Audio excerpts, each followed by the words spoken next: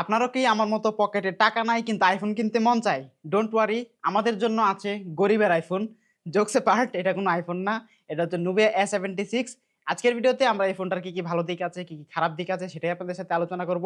তার আগে এটাকে যেহেতু আমরা গরিবের আইফোন বলছি, সো এটার দামটা কত একটু আপনাদেরকে বলে দেই।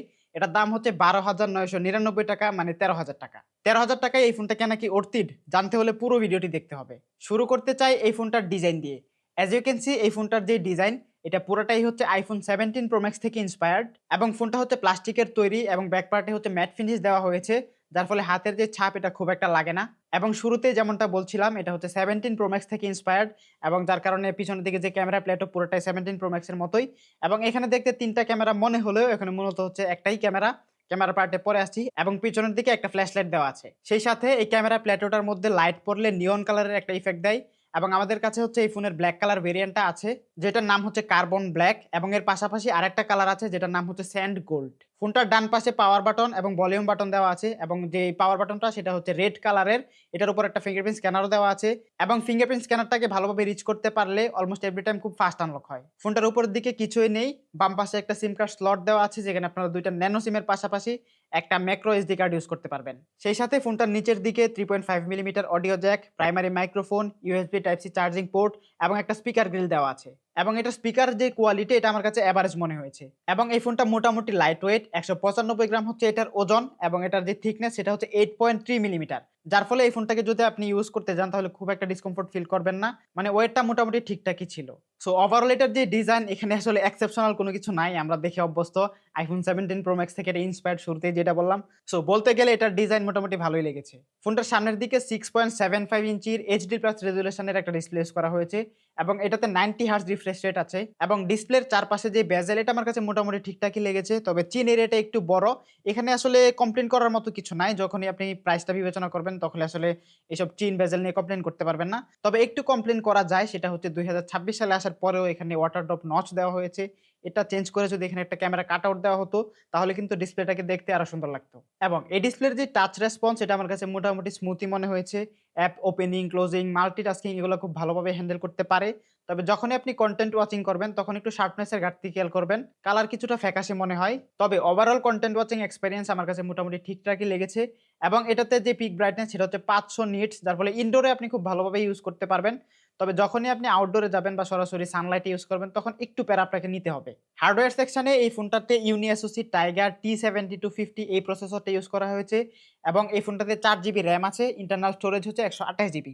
আর আপনি চাইলেই কিন্তু এটাতে 4 জিবি র্যাম বাড়িয়ে মানে 8 জিবি করে নিতে পারবেন, যেটা খুব একটা দরকার না। নাও এই ফোনটা দিয়ে আপনারা ডে টু ডে লাইফের যে টাস্কগুলো আছে, like app opening, closing, multitasking, social media browsing, content watching, এই টাইপের কাজগুলো খুব ভালোভাবেই করতে পারবেন।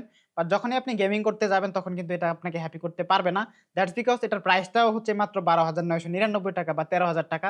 সো 13,000 টাকা দামের প্রাইসে আর কি গেমিং করতে পারবেন? তাও আমরা এটা দিয়ে পাবজি, কল অফ ডিউটি এই টাইপের গেমগুলো রান করেছিলাম, আমরা খুব একটা হ্যাপি হতে পারি নাই, এটা স্বাভাবিক। তবে আপনি চাইলে কিন্তু এই ফোনটা দিয়ে 2D টাইপের যে গেমগুলো আছে, like Subway Surfers, Candy Crush, এই টাইপের গেমগুলো খেলতে পারবেন। সফটওয়্যার সেকশনে এই ফোনটাতে অ্যান্ড্রয়েড 15 দেওয়া হয়েছে, যার উপরে আছে মাই ওএস 15, এবং এই ইউআইটা খুবই মিনিমাল, অল্প কিছু কাস্টমাইজেশন আছে যেগুলো আপনি চাইলে কাস্টমাইজ করতে পারবেন। সেই সাথে এই ইউআইতে কিন্তু অনেকগুলো ব্লোটওয়্যার আছে যেগুলো চাইলে আপনি আনইনস্টল করে নিতে পারবেন। আর শুরুতে যেমনটা বলছিলাম, এটার পেছনে দেখতে তিনটা ক্যামেরা মনে হলেও এখানে কিন্তু মূলত ইউজফুল ক্যামেরা একটাই, যেটা হচ্ছে 50 মেগাপিক্সেলের, আর বাকি দুইটা হচ্ছে অক্সিলারি লেন্স। নাও প্রাইমারি ক্যামেরার ডে লাইটের যে ছবিগুলো, এগুলো মোটামুটি ভালো আসছিল। যদি আপনি প্রপার লাইটে ছবি তুলতে পারেন তাহলে ভালো ছবি পাবেন। ছবিতে মোটামুটি পরিমাণে ডিটেল থাকে, ডাইনামিক রেঞ্জের পারফরমেন্স এভারেজ ছিল, তবে ছবিগুলো খুব একটা কনসিস্টেন্ট না, একটু পরপর এক এক ধরনের রেজাল্ট আমরা পাচ্ছিলাম। এটা মূলত হচ্ছে লাইট শিফটিং এর কারণে হয়। পোর্ট্রেট মোডের বেলায়ও সেম, আপনি যদি প্রপার লাইটে ছবি তুলতে পারেন তাহলে মোটামুটি মানে পোর্ট্রেট আপনারা তুলতে পারবেন। তবে সাবজেক্ট সেপারেশন, ব্যাকগ্রাউন্ডের যে ব্লারিনেস, এটা খুব একটা ভালো লাগে না, একটু আর্টিফিশিয়াল লাগে। তাও ওভারঅল যদি আমি বিবেচনা করি তাহলে এই ফোনটা দিয়ে আমরা যে ছবি পেয়েছি এটা হচ্ছে অন্যান্য এই বাজেটের অন্যান্য যত ফোন আছে সেটা থেকে ভালো করেছে। এবং এটা রিয়ার ক্যামেরা দিয়ে আপনারা হচ্ছে ম্যাক্স 1080 30 fps এ ভিডিও রেকর্ড করতে পারবেন, ভিডিও কোয়ালিটিও এভারেজ ছিল। এবং ফোনটার সামনের দিকে 8 মেগাপিক্সেলের একটা ক্যামেরা ইউজ করা হয়েছে, এবং এই ফ্রন্ট ক্যামেরার যে ইমেজ কোয়ালিটি এটা আমার কাছে মোটামুটি ভালো লেগেছে কনসিডারিং দ্য প্রাইস।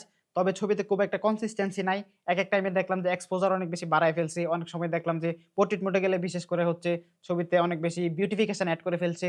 তাও ছবি দেখতে ওভারঅল সুন্দর লাগে, সোশ্যাল মিডিয়াতে আপনি শেয়ার করতে পারবেন। ব্যাটারি সেকশনে এই ফোনটাতে 5000 mAh এর একটা ব্যাটারি দেওয়া হয়েছে, যেটাকে যদি আপনারা একবার ফুল চার্জ করেন তাহলে অনায়াসে একদিন ব্যাকআপ পেয়ে যাবেন। আমরা এই ফোনটাকে খুব হেভি ইউজ করেছি, মানে কন্টিনিউয়াসলি আমরা এই ফোনটাকে ইউজ করেছি, তারপরেও আমরা 6 থেকে 7 ঘন্টার মতো ব্যাটারি ব্যাকআপ পেয়েছি। সেই সাথে এই ফোনটার বক্সের ভিতরে 22.5 ওয়াটের একটা চার্জার দেওয়া হয়েছে, যার ফলে আপনার এটার চার্জ যদি শেষ হয়ে যায় তাহলে খুব তাড়াতাড়ি এটাকে চার্জও করে ফেলতে পারবেন। একই সাথে এই ফোনটাতে ডাইনামিক আইল্যান্ড থেকে ইন্সপায়ার্ড হয়ে লাইভ আইল্যান্ড নামের একটা ফিচার দেওয়া হয়েছে। সেই সাথে বেশ কিছু এআই অ্যাপস আছে যেগুলো হচ্ছে প্রি ইনস্টলড। সেই সাথে এই ফোনটাতে আরেকটা ইন্টারেস্টিং ফিচার দেওয়া হয়েছে যেটা হচ্ছে বিটি কলিং বা ব্লুটুথ কলিং। এই ফিচারের মাধ্যমে আপনি চাইলে কিন্তু একটা নোবিয়া ফোন থেকে আরেকটা নোবিয়া ফোনে ব্লুটুথ কলিং করতে পারবেন। আপনার ফোনে যদি ডেটা কানেকশন না থাকে বা ওয়াইফাইও না থাকে তাহলেও কিন্তু আপনি একটা নোবিয়া ফোন থেকে অন্য আরেকটা নোবিয়া ফোনে ব্লুটুথের মাধ্যমে কলে কথা বলতে পারবেন। সো ওভারঅল যদি বলি তাহলে 13,000 টাকায় এই ফোনটাকে আমার কাছে অর্থিত মনে হয়েছে। এটার ডিজাইনটা সুন্দর, ডিসপ্লেটা মোটামুটি ঠিকঠাক ছিল, পারফরম্যান্সটা ঠিকঠাক ছিল comparing others phone in this budget. তাও আপনি পুরো ভিডিওটা দেখলেই বুঝতে পারবেন এই ফোনটা আপনার জন্য অর্থিত কিনা। আমার সাইড থেকে এই ফোনটা আপনাদের জন্য রিকমেন্ডেড থাকলো। সো আমাদের আজকের ভিডিওটি এ পর্যন্তই। আশা করি ভিডিওটি আপনাদের সবার কাছে ভালো লেগেছে।